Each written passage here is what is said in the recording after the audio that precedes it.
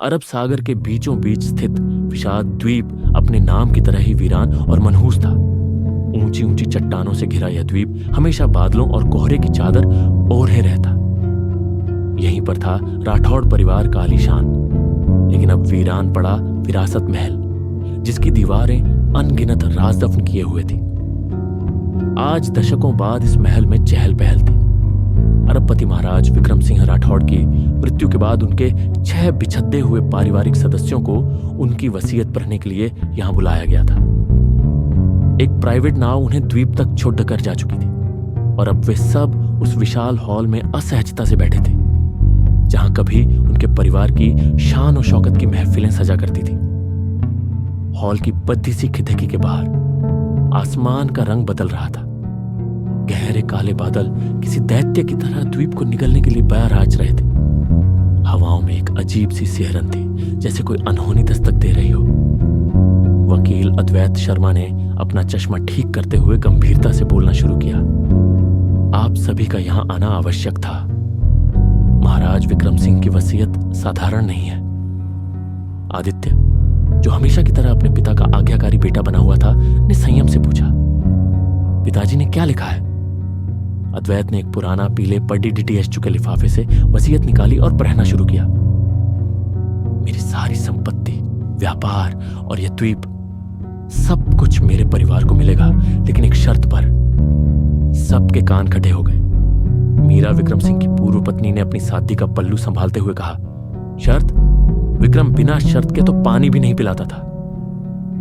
अद्वैत ने पढ़ना जारी रखा। शर्त यह है कि तुम 6 लोगों को अगले 7 दिन इसी महल में एक साथ बिताने होंगे। इस दौरान तुम्हें सर्वसम्मति से यह तय करना होगा कि मेरी विरासत का बंटवारा कैसे होगा। अगर 7 दिनों के अंत तक तुम सब एकमत नहीं हुए तो मेरी पूरी जायदाद मेरे 8वें और सबसे वफादार विश्वास पात्र को दे दी जाएगी। हॉल में सन्नाटा छा गया। यह वसीयत नहीं, एक जाल था, एक ऐसा खेल जिसे विक्रम सिंह मरने के बाद भी खेल रहे थे। रिया, जो अब तक चुपचाप कोने में खटीटी सब देख रही थी, ने गुस्से से कहा, यह पागलपन है, मैं इस खेल का हिस्सा नहीं बनूंगी। तभी भतीजे करण ने व्यंग्य से कहा, क्यों रिया, तुम्हें तो वैसे भी पैसों से कोई मतलब नहीं है, या फिर डर गई कि तुम्हारे आदर्श इस लालच के आगे टिक नहीं पाएंगे। दोनों के बीच बहस शुरू होने ही वाली थी कि बाहर बिजली कड़कने की भयानक आवाज आई। तेज हवाओं के झोंके हिडकियों से टकराने लगे और बारिश की मोटी मोटी बूंदें कांच पर किसी मातम की तरह बजने लगी। जगत राम, द्वीप का बूढ़ा चौकीदार, भागता हुआ अंदर आया। उसके चेहरे पर चिंता की लकीरें साफ थी। तूफान आ गया साहब, बहुत बड़ा तूफान है। अब अगले कई दिनों तक इस द्वीप से कोई बाहर नहीं जा पाएगा। फोन और इंटरनेट भी बंद हो गए हैं। यह खबर सुनते ही सबके चेहरे का रंग उड़ गया। वे अब इस द्वीप पर कैद हो चुके थे, एक दूसरे के साथ, अपनी नफरत और लालच के साथ। विक्रम सिंह का खेल शुरू हो चुका था और मौसम भी उनके साथ था। रात गहराती जा रही थी और महल की दीवारों के पीछे दर्द और डर का माहौल बनने लगा था।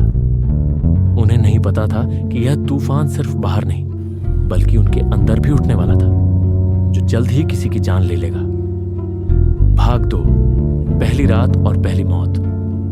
रात के खाने के समय माहौल बेहद तनावपूर्ण था। डाइनिंग टेबल पर 6 लोग ऐसे बैठे थे जैसे वे परिवार नहीं, बल्कि एक दूसरे के दुश्मन हो। हर कोई चुप था, लेकिन उनके दिमाग में वसीयत के शब्द और आने वाले 7 दिनों का खौफ घूम रहा था। बाहर तूफान का शोर बढ़ता जा रहा था। 3 बिजली बार बार आ जा रही थी, जिससे महल की दीवारों पर लगी पुरानी तस्वीरें और भी डरावनी लग रही थी। खाना खत्म होते ही करण ने अपनी कुर्सी पीछे धकेलते हुए कहा, मैं इस नाटक से थक गया हूं। मुझे साफ साफ अपना हिस्सा चाहिए। अगर कोई मेरे रास्ते में आया तो अच्छा नहीं होगा। उसकी आंखों में लालच साफ झलक रहा था। आदित्य ने उसे शांत करने की कोशिश की। करण, हम सब एक ही नाव में सवार हैं। हमें मिलकर कोई रास्ता निकालना होगा। रास्ता? यहां कोई रास्ता नहीं है, सिर्फ एक अंत है। करण चीखा और लदखदाते कदमों से अपने कमरे की तरफ चला गया। उस रात किसी को ठीक से नींद नहीं आई। तूफान की गड़गड़ाहट और महल की रहस्यमयी आवाजें उन्हें सोने नहीं दे रही थीं। रिया अपनी खिड़की के पास खद्दी बाहर के अंधकार को देख रही थी। उसे महसूस हो रहा था कि यह द्वीप उन्हें जिंदा नहीं छोड़ेगा। अगली सुबह जब सब नाश्ते की मेज पर इकट्ठा हुए तो करण वहां नहीं था। मीरा ने चिढ़कर कहा, कहाँ रह गया ये लड़का? उसे लगता है हम उसका इंतजार करते रहेंगे। आदित्य ने जगत राम को उसे बुलाने भेजा। कुछ देर बाद जगत राम दौड़ता हुआ वापस आया। उसका चेहरा सफेद बदल चुका था और उसकी सांसें फूल रही थी। साहब, करण साहब, अपने कमरे में, वह हाँफते हुए बोला। सब भागकर करण के कमरे की तरफ गए। दरवाजा अंदर से बंद था। आदित्य और जगत राम ने मिलकर दरवाजा तोड़ा। अंदर का दृश्य देखकर सबके पैरों तले जमीन खिसक गई। करण जमीन पर औंधा पड़ा खड़ा था। उसकी पीठ में एक पुराना नक्काशीदार खंजर घुसा हुआ था जो महल की दीवार पर सजावट के लिए टंगा रहता था। उसकी आंखें खुली थीं और उनमें मौत का खौफ साफ दिख रहा था। कमरे में खून की गंध फैली हुई थी। रिया ने चीख मारकर अपनी आंखें बंद कर ली। मीरा की आंखों में डर साफ झलक रहा था। आदित्य स्तब्ध खड़ा था। ये कोई हादसा नहीं, हत्या थी। अद्वैत शर्मा ने कमरे का मुआयना करते हुए कहा, कमरा अंदर से बंद था, खिड़कियां भी बंद है। इसका मतलब है कि कातिल हम में से ही कोई है। यह सुनते ही सब एक दूसरे को शक की निगाह से देखने लगे। कल रात करण ने सबसे झगड़ा किया था। क्या किसी ने गुस्से में आकर?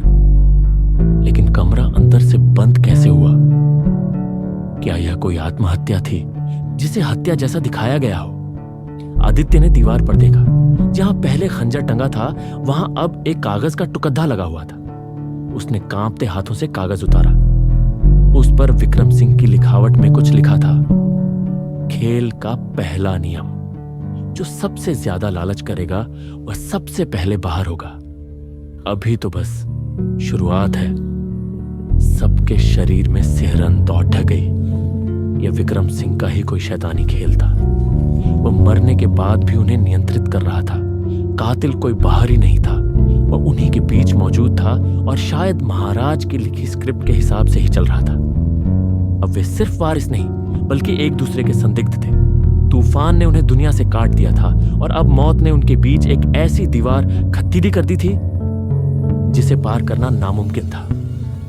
डर और दर्द अब उनके हर पल का हिस्सा बन चुके थे। भाग 3। शक का घेरा और गहराते राज करण की मौत ने महल के माहौल में जहर घोल दिया था। अब कोई किसी पर भरोसा नहीं कर रहा था। हर कोई एक दूसरे को शक की नजरों से देख रहा था। आदित्य, जो हमेशा परिवार को जोड़ने की कोशिश करता था, अब खुद को टूटा हुआ महसूस कर रहा था। रिया ने खुद को अपने कमरे में बंद कर लिया था। मीरा का शातिर दिमाग भी इस खेल के सामने हार मानने लगा था। अद्वैत शर्मा ने सबको हॉल में इकट्ठा किया। हमें शांति से काम लेना होगा। सबसे पहले हमें यह जानना है कि कल रात किसने क्या किया। पूछताछ शुरू हुई। हर किसी के पास एक कहानी थी, लेकिन किसी के पास कोई ठोस सबूत नहीं था। आदित्य का कहना था कि वह पूरी रात अपने कमरे में फाइलों में उलझा रहा। मीरा ने बताया कि सिरदर्द की वजह से वह दवा लेकर सो गई थी। रिया ने कहा कि वह तूफान के कारण सो ही नहीं पाई और अपने कमरे में पेंटिंग बनाने की कोशिश कर रही थी। जगत राम ने बताया कि वह रात भर नीचे के हॉल में ही था ताकि किसी को जरूरत पड़े तो मदद कर सके। सबकी कहानियां भरोसे के लायक थीं भी और नहीं भी। 7 दोपहर में जब आदित्य और अद्वैत करण के कमरे की दोबारा जांच कर रहे थे तो उन्हें बिस्तर के नीचे एक डायरी मिली। यह करण की पर्सनल डायरी थी। उसके पन्ने पलटते ही एक चौंकाने वाला राज सामने आया। करण को पता चल गया था कि विक्रम सिंह ने अपनी वसीयत में एक गुप्त क्लॉज रखा था जिसके मुताबिक अगर परिवार का कोई भी सदस्य किसी दूसरे को नुकसान पहुंचाता है तो उसे विरासत से बेदखल कर दिया जाएगा। आदित्य ने कहा, इसका मतलब कर्ण किसी को ब्लैकमेल करने की फिराक में था। हो सकता है उसे कातिल के बारे में कुछ पता चल गया हो। शक की सुई अब उस इंसान पर जा टिकी जिसे कर्ण सबसे ज्यादा नापसंद करता था, मीरा। आदित्य को याद आया कि कर्ण अक्सर मीरा को उसके अतीत के लिए ताने मारता था। क्या मीरा ने अपना राज बचाने के लिए कर्ण को रास्ते से हटा दिया? उधर रिया अपने कमरे में पुरानी तस्वीरें देख रही थी। उसे एक तस्वीर मिली जिसमें विक्रम सिंह उस रहस्यमयी 8वें विश्वास पात्र के साथ खड्डी लेटे थे। उसका चेहरा साफ नहीं था, लेकिन उसके हाथ में एक खास अंगूठी थी जो रिया को जानी पहचानी लगी। उसने वह अंगूठी पहले भी कहीं देखी थी, लेकिन कहां ये उसे याद नहीं आ रहा था। शाम होते होते तूफान और भी भयानक हो गया। महल की बिजली पूरी तरह से चली गई। जगत राम ने हर जगह मोमबत्तियां और लालटेन जलाई, जिनकी कांपती हुई रोशनी में परछाइयां किसी भूत की तरह नाच रही थी। चार अचानक ऊपर के गलियारे से मीरा के चीखने की आवाज आई। सब दौड़कर ऊपर पहुंचे। मीरा अपने कमरे के दरवाजे पर खद्दी कांप रही थी। उसके कमरे की दीवार पर खून से लिखा था, दूसरा नियम, अतीत के राज तुम्हें जिंदा दफन कर देंगे। मीरा की आंखों में सिर्फ डर नहीं बल्कि कुछ और भी था, जैसे उसका कोई गहरा राज खुल गया हो। वह बार बार बद्दबद्दा रही थी। वह जानता है, विक्रम सब जानता था। अब यह साफ हो गया था कि कातिल सिर्फ हत्या नहीं कर रहा था, बल्कि वह विक्रम सिंह के बनाए खेल को आगे बढ़ा रहा था। वो एक एक करके सबके राज खोल रहा था और उन्हें मानसिक रूप से तोड़ डिहार रहा था। बस हर कोई डरा हुआ था। उन्हें नहीं पता था कि अगला निशाना कौन होगा और उसका कौन सा राज उसे मौत के घाट उतारेगा। विषाद द्वीप अब एक खबरगाह बन चुका था, जहां से जिंदा लौटना नामुमकिन लग रहा था। भाग 4। खेल का अंत और कातिल का चेहरा अगले 2 दिन किसी बुरे सपने की तरह बीते। हर कोई खौफ के साए में जी रहा था। हर आहट पर दिल दहल जाता, हर परछाई में कातिल का अक्स नजर आता। महल अब एक जेल बन चुका था, जहां मौत किसी भी कोने में इंतजार कर रही थी। तीसरे दिन की सुबह जब रिया अपने पिता की पुरानी लाइब्रेरी में सुराग ढूंढ रही थी, उसे एक किताब के अंदर से एक पुराना कहाखत मिला। यह खरचत विक्रम सिंह ने अपने 8वें विश्वास पात्र को लिखा था। खात पर आते ही रिया के होश उड़ गए। उसमें लिखा था, प्रिय द्वैत, मुझे पता है कि मेरा परिवार मेरी दौलत के लायक नहीं है। वे सब लालची और स्वार्थी हैं, इसीलिए मैंने यह खेल रचा है। मैं चाहता हूं कि तुम इस खेल के निर्णायक बनो। अगर वे 7 दिनों में एक दूसरे की नफरत को भुलाकर एक नहीं हो पाते, तो तुम मेरी सारी संपत्ति को किसी चैरिटी में दान कर देना। करण की मौत एक हादसा थी जो मेरे बनाए जाल में उलझने की वजह से हुई, लेकिन अगर कोई और मरता है तो समझना कि कातिल खेल को अपने हिसाब से मोड़ रहा है। रिया का दिमाग सुन्न हो गया। अद्वैत शर्मा, जिस पर वे सब भरोसा कर रहे थे, वही इस खेल का हिस्सा था, लेकिन वह कातिल नहीं था। तो फिर कातिल कौन था? उसी वक्त आदित्य को जगत राम के क्वार्टर से एक अजीब सी आवाज सुनाई दी। वह चुपके से वहां पहुंचा और खिड़की से अंदर झांका। अंदर का नजारा देखकर उसकी आंखें फटी की फटी रह गईं। जगत राम जमीन पर गिरा पड्डा था और उसके सामने खद्दी थी, मीरा। उसके हाथ में वही खूनी खंजर था और उसकी आंखों में एक अजीब सी वहशत थी। मीरा कह रही थी, तुमने सब देख लिया था, है ना? तुमने मुझे करण के कमरे से निकलते हुए देख लिया था। मैं तुम्हें जिंदा नहीं छोड़ सकती। आदित्य दरवाजा तोड़कर अंदर घुसा और मीरा को धक्का दिया। खंजर उसके हाथ से छूटकर दूर जा गिरा। आप हैं कातिल? आदित्य को विश्वास नहीं हो रहा था। तभी रिया और अद्वैत भी वहां पहुंच गए। सब कुछ साफ हो चुका था। मीरा ने हार मानते हुए अपना गुनाह कबूल कर लिया।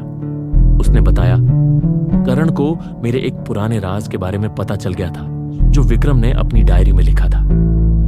वह मुझे ब्लैकमेल कर रहा था। उस रात जब मैं उससे बात करने गई तो उसने मेरा मजाक उड़ाया। गुस्से में मैंने दीवार पर टंगा खंजर उठाया और मुझे नहीं पता मैंने क्या कर दिया। जगत राम ने मुझे देख लिया था, इसीलिए मुझे इसे भी रास्ते से हटाना था। उसने आगे बताया कि दीवारों पर खून से लिखे संदेश भी उसी ने लिखे थे, ताकि सबका ध्यान भटकाया जा सके और ऐसा लगे कि यह सब विक्रम सिंह के खेल का हिस्सा है। बाहर तूफान अब थम चुका था। सूरज की पहली किरण द्वीप पर पड़ी एच रही थी, जैसे अंधेरे पर रोशनी की जीत हुई हो। पुलिस की बोट द्वीप पर पहुंच चुकी थी, जिसे अद्वैत ने गुप्त रूप से सिग्नल भेजकर बुलाया था। मीरा को गिरफ्तार कर लिया गया। अद्वैत शर्मा ने वसीयत का असली राज सबके सामने खोला। महाराज चाहते थे कि तुम सब दौलत के लालच से ऊपर उठकर एक परिवार बनो। ये द्वीप, ये महल, ये सब एक परीक्षा थी। आदित्य और रिया एक दूसरे को देख रहे थे। इस दर्दनाक सफर ने उन्हें एक दूसरे के करीब ला दिया था। उन्होंने सर्वसम्मति से फैसला किया कि वे विरासत को नहीं अपनाएंगे। वे विक्रम सिंह की अंतिम इच्छा का सम्मान करते हुए सारी संपत्ति चैरिटी में दान कर देंगे। विषाद द्वीप पर अब शांति थी, लेकिन उस शांति के पीछे कई टूटे हुए रिश्ते और दर्दनाक यादें दफन थी। विरासत का विरोधाभास खत्म हो चुका था, लेकिन इसकी कीमत बहुत बढ़ती चुकानी पड़ती थी।